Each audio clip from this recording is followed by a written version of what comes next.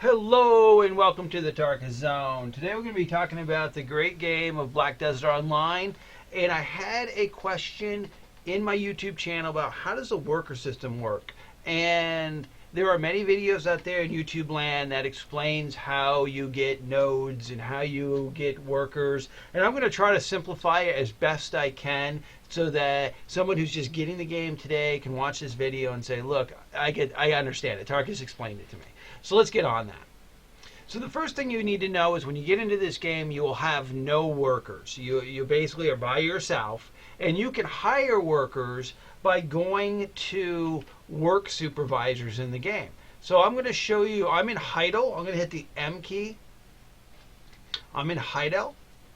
Villia is up here north. You can do this purchasing of workers in any town that there's a warehouse.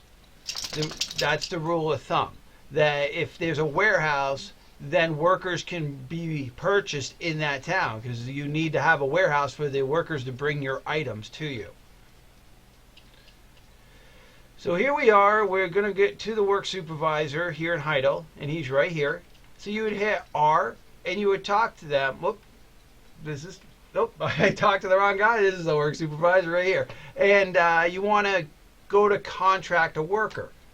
Now here it's going to tell me you cannot hire any more workers without the adequate lodging, and I'm going to talk about that in a second.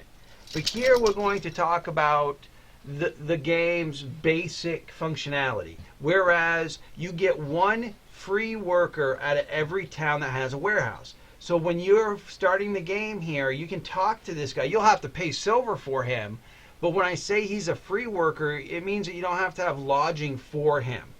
So when you walk up to this guy right off the bat, if you walk up to the guy in Villia right off the bat, they're going to give you one worker. You pay silver for it. And how you get that is you just hit this contract worker. I'm getting, you can't do it because you have no more lodging, but you'll get an option to see a worker. They're going to offer you either a goblin worker, a humor worker, or a giant worker. You just need to decide which one you want. Now, there are white workers, naive workers, or native workers, or whatever you want to say. They're the worst ones. You don't want those. Whatever you try to buy either green, blues, yellows, and that is all. When I say yellow, I'm probably confusing you when I'm talking about these colors. What it is the workers have level of knowledge when you go to buy them, and it's all RNG. So when you talk to this guy, this guy might say, hey, here's a giant green worker. Now, that's really an average worker. That's the lowest average worker you can get. You pay X amount of silver, and that worker now works for you indefinitely. They'll always work for you unless you want to sell them. Now, you might get a good RNG, and they might offer you a blue giant worker. Well, that's a better skill level. And the skill levels for your workers work similar to the skill levels that you have in this game. So when you work on gathering, when you work on processing and those kinds of things, you level in this game just like your workers do. So right off the bat, so if this went well, let's say he offered you a green giant worker and you said, yeah, I will pay X amount of silver, give them to me. So now you've got one worker that now works for you. And now all you need to do is send that worker to a node. So let's, for example, I'm going to hit M, and I'm just going to find a node around here that I don't own already. Okay, here's one right here. It's called Flax. So I don't want to confuse you too much, but I am in Heidel, right here where my icon is. My worker is here in Heidel. So that means when this worker goes out to do work, that worker is going to go to the work location and then go back to Heidel to put those items into the warehouse at Heidel. But to get that worker going here, you'll need to do two things. Now, you can do all of this remotely now because they added it to the game. So you can now just click on the node, and you'll have to invest in the property node, which I just clicked on. And I have already invested that here.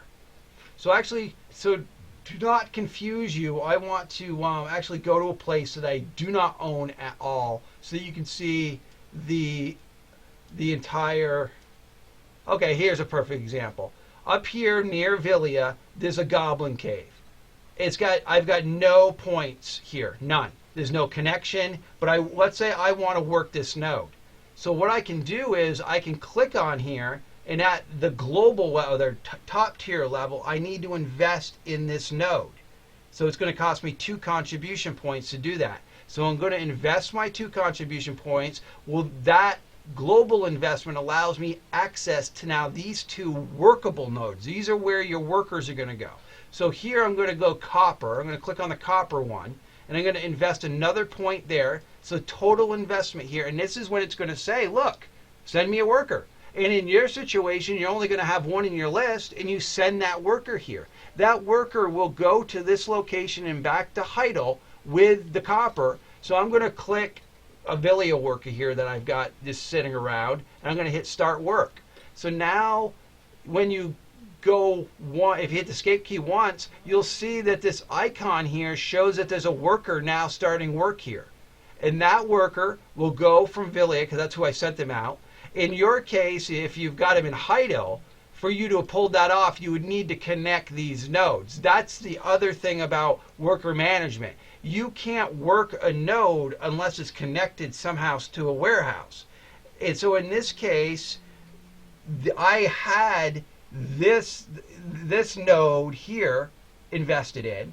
So it only left me having to invest in this node. So if this node here, if I hadn't invested there, it would not have allowed me to invest here. So it's a progressive thing. So the further away the nodes are, like if I want to invest in this node here to work or send a worker to this farm, I would have to invest in this node, the global node. I don't have to invest in the individual farms within that node. I just need to invest in the first tier of that node so I can get to this node so that I can invest. So here I'm going to go invest. I'm just doing this so I can show you. So now that's connected. So now I can skip over here and invest in this node. Oh, I don't have any more contributions, so I can't really show you but I mean, that's how. And then I can just withdraw that because I'm not working either one of these at this time. So I can say, yeah, give me my contribution points back. I don't want to invest in that node area. Boom. Now that's no longer connected, and I've got the contribution points back here. Same thing with this. I can now take my contribution points out of here, but I have to stop this worker from working. So let's say that was a node you didn't want that worker to go to. You click on there. You'll have to hit cancel because this is what the work guy's doing there for you. I would hit cancel. So in 23 minutes, he'll be done doing what he's doing, and he won't go back to that node because I told him to cancel. And then I can pull my contribution points out of that node, then out of this node, and get all my contribution points back. So that's what the game now allows you to do. And to be able to manage this remotely does take energy from you. So you're going to be using your energy numbers, which are here, every time you invest in a node remotely. Now, if you went to the node physically and talked to the node manager, it doesn't cost any energy. But, with the energy cost and the way you're going to get it back, that it's going to be easy enough. So I hope that simplifies it. Now, what you're going to ask yourself is, okay, now I want 5 workers out of Heidel to run around for me. At that point, you need to invest in lodging.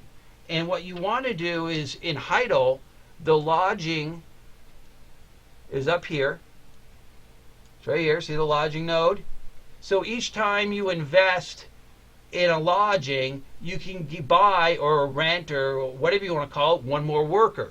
So for example, if you invest 20 contribution points in these 4 areas, then you can get 5 workers to work for you. Now you're asking yourself is, okay, so my worker empire is dictated on your contribution points. And yes, that's what's going to slow you down. In my case, I've got 270 contribution points, which makes it very easy for me to just go buy nodes when I want them and send workers from wherever I need them to be and to invest in lodging all over the world. You won't have that option. Now, I've done a few videos on my YouTube channel, like the Calpheon daily quest that you can get for contribution points, the beer making you can do for contribution points, because that's what's going to slow you down in moving forward with your worker empire is contribution points, how much you want to dedicate. As you can see, I've dedicated every single contribution point I have out of the 270. And I've got some workers that are now sitting idle because I'm going to be pushing them through their promotion phase, which is another aspect. But when you bring up this interface, worker interface, you'll see the workers that are working in this list. And as long as you've got beer in your inventory, you hit this recover all and just hit confirm. And everybody in the field that needs beer will now consume it. And then you just hit this button, repeat all. And as long as you do that a couple times a day, you never have to go back and do anything. All that stuff is just going to show up into your warehouse, because you don't really need to micromanage these workers at that point. You just have to make sure that they get recovered. You hit the recover all, you give them the beer, you hit the repeat all, and they'll just continue to do everything you've asked them to do for an eternity, basically. As long as you've got beer to give them, they'll continue to do it. And what I mean by that is when you hit the M key, when I get onto this map, most of my workers are at a idle, so they just bring me my items right to my warehouse, which I can either use to build other things or just sell the items outright.